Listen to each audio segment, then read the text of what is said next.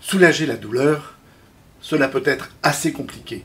Mais parmi les moyens thérapeutiques que chacun d'entre nous peut utiliser, il existe ce que l'on appelle des moyens physiques, c'est-à-dire l'utilisation du chaud ou du froid.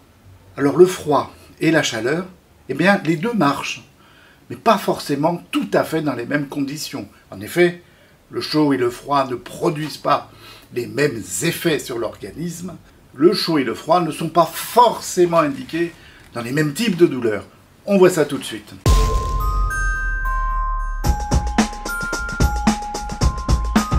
La douleur, c'est une expérience sensorielle, mais aussi émotionnelle, désagréable.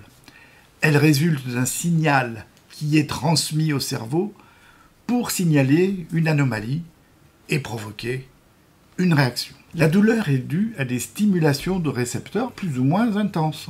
Par exemple, les cheveux, si je tire sur les cheveux, ça fait pas mal, sauf si je tire très fort, alors là oui, ça fait mal parce que la stimulation sur les récepteurs cutanés de la douleur est plus importante.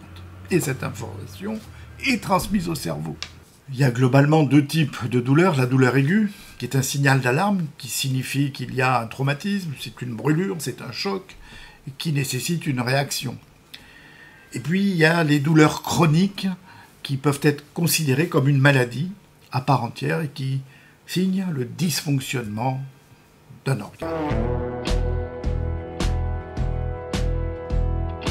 Soulager la douleur avec le froid s'appelle la cryothérapie. Le froid a d'abord un effet antalgique, un effet anesthésique qui lui est propre.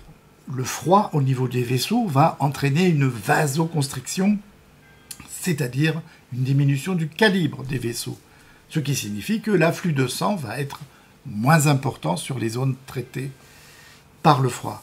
Ça veut dire quoi? Ça veut dire que le flux sanguin diminuant, eh bien l'œdème va être moins important, de même que l'hématome. La bosse que l'on a après s'être cogné sera plus petite si l'on applique du froid. Le froid limite donc l'œdème, limite l'inflammation, limite le métabolisme cellulaire, de sorte que la récupération sera plus rapide.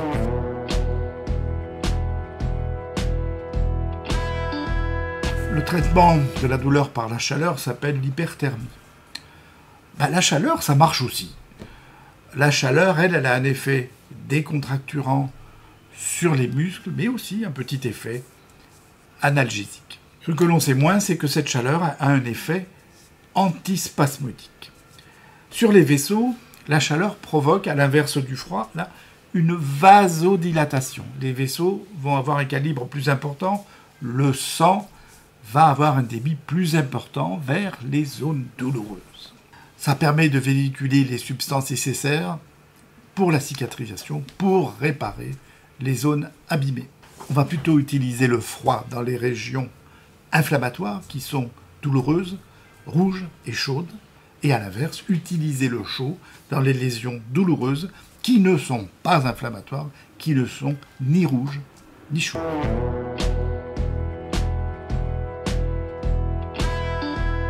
En pratique, comment utiliser le froid?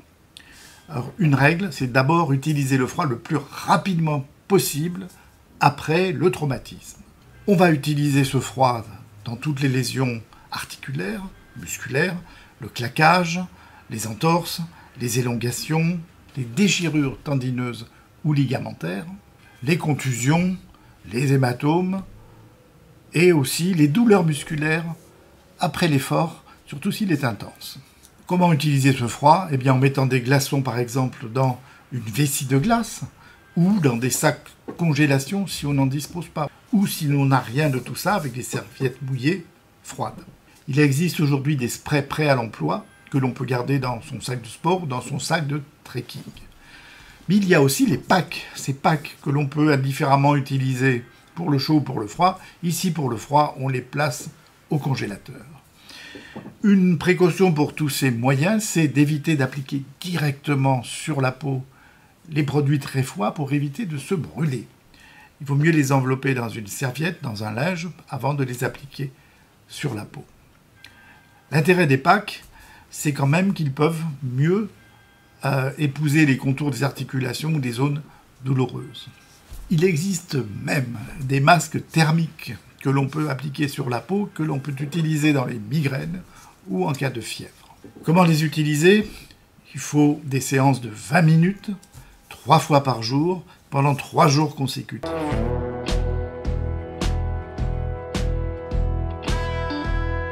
Les vertus thérapeutiques de la chaleur sont connues depuis très longtemps. Alors on utilise la chaleur sous la forme de bains chauds, de coussins de massage, de serviettes chaudes, de massage à l'aide de rayonnement infrarouge. Dans cet arsenal pour détendre et relaxer les zones douloureuses, les muscles, il ne faut pas oublier les bouillottes, ces fameuses bouillottes que nous avons tous connues. Je n'oublierai pas non plus les packs, comme précédemment, qui, au lieu d'être congelés, là, seront placés dans l'eau bouillante, ou pour les plus récents, au micro-ondes. Cette chaleur, l'application de la chaleur est indiquée dans les douleurs de la colonne vertébrale, dans les douleurs du dos, que ce soit les torticolis, les dorsalgies, les lumbagos. On peut l'utiliser aussi dans les douleurs arthrosiques, articulaires, dès lors que ces articulations ne sont pas gonflées, chaudes et douloureuses.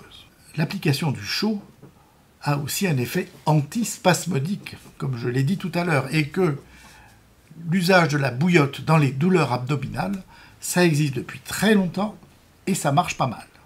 Alors on va dire ici qu'il faut prendre les mêmes précautions qu'avec le froid, c'est ne pas appliquer directement les packs ou les produits chauds, mais l'envelopper dans une serviette. Enfin, il existe les massages avec la chaleur. Oh mais ça, c'est une autre histoire.